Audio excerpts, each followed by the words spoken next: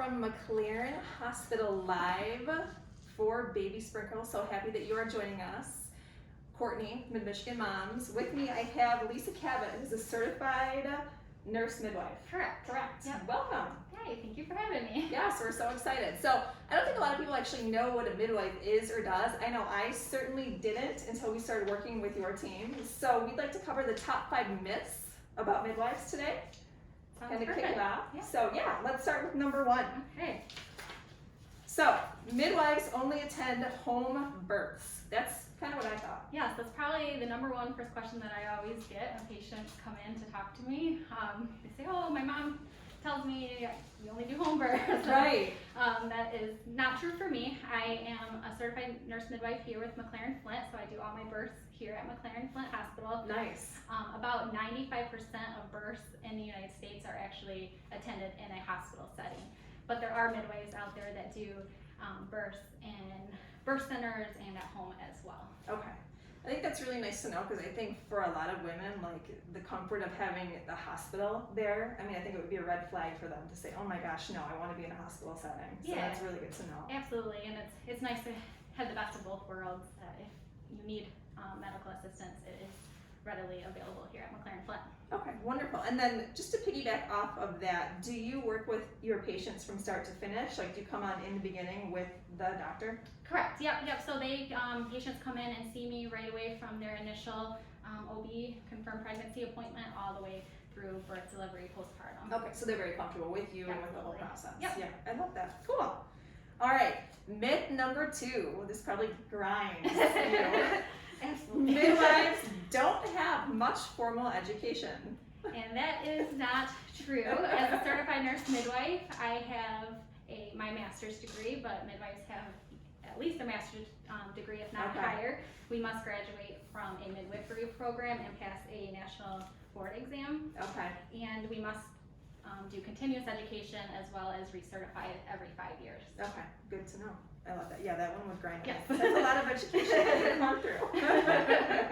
Raise your hand if you thought that, because I know a lot of you out there did.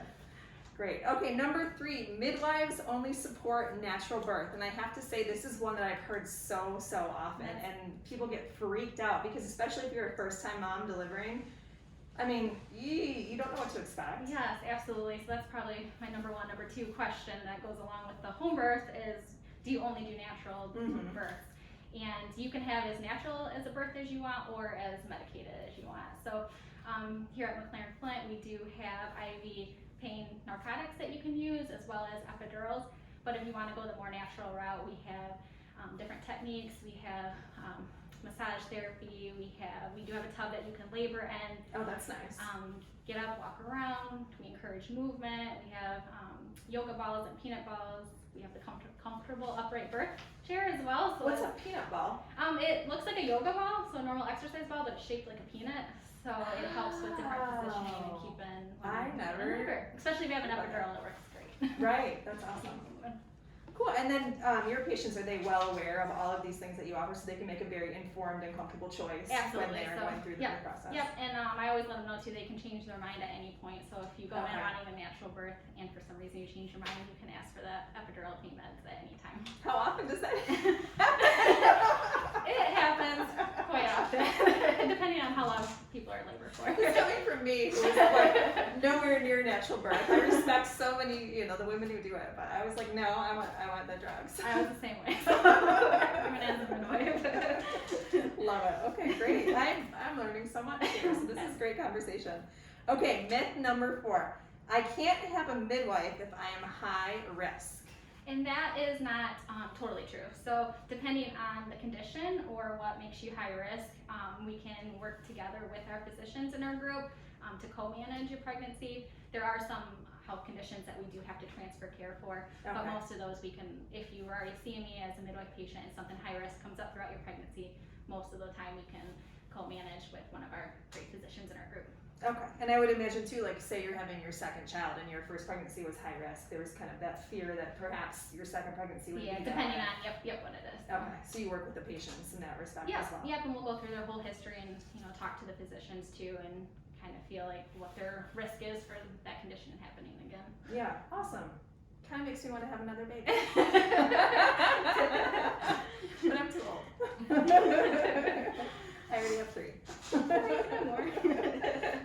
right, myth number 5. Midwives only handle pregnancy and birth. And that is not true as well. Although we specialize in low risk healthy pregnancy and birth, we do a lot more. We do anything from well woman visits to contraception to your pap smears, any GYN complaints, complications. Oh, that's interesting. I never knew that. Yeah, we see patients from teenage years all the way through menopause as well. Oh, wow. Okay. Do you have patients that you work with through the years, kind of through the different stages of life? Yep. And I've been here at McLaren for 5 years now, so I'm already starting to see moms come back and have more babies, or even bring their daughters in as well. So oh my gosh, that's nice crazy, to right? keep seeing everybody back. Yeah, awesome, cool. Well, I learned a lot with those top 5. Let me ask you this. So, for those women out there who are watching us and who are looking for a place to deliver, how would they connect with you as a midwife if they came to McLaren? Absolutely. As far as getting a hold of me, or is it automatically like your service is offered, or how does the whole process work? So we just started recently seeing all of the new OBs that come in, and we do their initial intake and initial screening. And anybody who's low risk is then offered midwife care. Okay. If they're high risk or opt out and want to see a physician, or if they were a previous physician patient. But yes, they are given that opportunity to see us as midwives. That's amazing. I never had that opportunity when I delivered any of my children. It was not at McLaren. I lived out of state at the time, but I think that's amazing and something I would have definitely taken advantage of had it been offered. So, wonderful.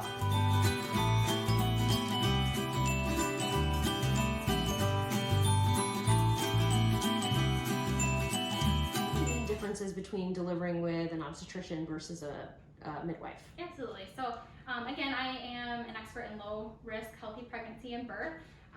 So a lot of our patients who come to see us do tend to want to go on the natural side of things. So I work with them to use the yoga balls and the peanut balls, and typically I am here a little bit longer with them while they're in labor and help them, if they don't have an epidural, help them walk around and use the bathtub if they're able or want to.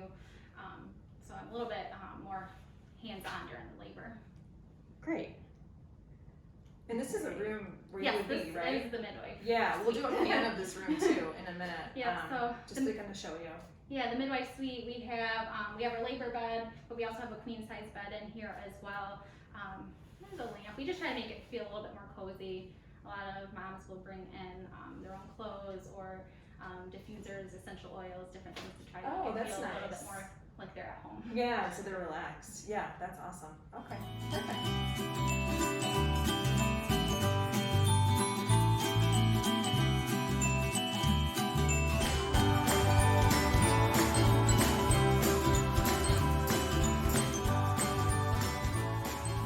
Do you have a cap of how many patients you accept in a certain time period, just to make sure you're not kind of doubling up on labors? Yeah, we keep track of it. We don't necessarily have a cap per se. I do work with another midwife, Jessica. Okay. So right now we are split the births 50-50. But she is also going on maternity leave here shortly. So we are watching our list and making sure that I'm not going to be overwhelmed. But there's not necessarily a certain number. Okay. And do you provide newborn care to the newborn also? Or is that given by somebody else? Some midwives do.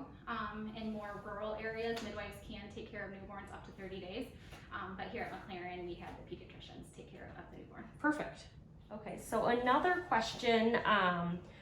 While women are in labor, are they allowed to get up and walk around, eat and drink? Do you have restrictions based on anything for them? Yeah, absolutely. So as a midwife patient, as long as you are low risk, healthy pregnancy, baby looks good on the monitor when you first get here, we can take you off the monitor, you can walk around, keep moving. We have the bathtub shower if you want to get in there.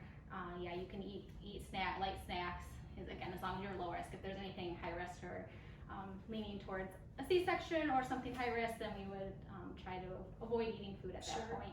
Are there any concerns about babies measuring big? If they're estimated to weigh a certain weight, or are there any restrictions for someone that would want to use a midwife? Yeah, so we let all moms, even if if you've never had a baby before, we let all moms do a trial of labor. We wouldn't necessarily jump and offer a C-section unless baby was over 4,500 grams. So it's very rare that we see a baby with 4,500 grams, and we would let mom do a trial of labor before we would jump to any other decision. Anything at that point, if I was to notice anything like that on an ultrasound, or if I'm measuring a big baby in the office, I would definitely consult a physician and get a second opinion and have somebody here as backup as well. Yeah, Definitely. And kind of a follow-up to that, if during labor anything kind of goes off plan, is there a physician available on the floor just for further consulting, or? Yep. If any emergency pops up during your delivery or anything high risk, we have a group of physicians here who are always readily available to come in and assist us as midwives as well. Wonderful. Okay. So obviously it's COVID, so you're not doing tours, but do you offer tours for women who are considering this option? Yep, typically we offer tours as well as childbirth classes. I believe those are on hold right now. And if you go to any of the childbirth classes, you get a tour up here Of the room, of the room and of the unit, and they kind of show you a little bit of everything. Now you can, again, not during COVID times, you can always just call up to labor and delivery and make sure the nurses aren't busy, and they will give you a tour as well. Oh, nice. Okay, great. What would happen if someone were to go past their due date? How late can they be and still give birth under a midwife's care? Yep, so typically I recommend about 10 days past their due date, so that'd be 41 and 3. Again, at that point I would be collaborating with our physicians and keeping a close eye. Women do have the right to keep going past 41-3 if they choose. We would just offer some more additional testing to keep an eye on them and baby. Perfect. Great. Anything else you would like our audience to know, or anything else you'd like to share? I did just recently start doing online booking as well for our appointments at ZocDoc, so it makes it a little bit easier because I know with phone lines and COVID and everybody kind of calling our phone lines, sometimes they're a little swamped right now, so you can do online booking right now as well. Right. You bring up an excellent point too. Like, this is such a different experience. I didn't even, we're wearing masks obviously because of COVID, and for women delivering a baby during this time of life, I'm sure the anxiety is a lot more heightened. Absolutely. Yeah. Yep. So it's good to know how they can get in touch with you and that you have that online as well.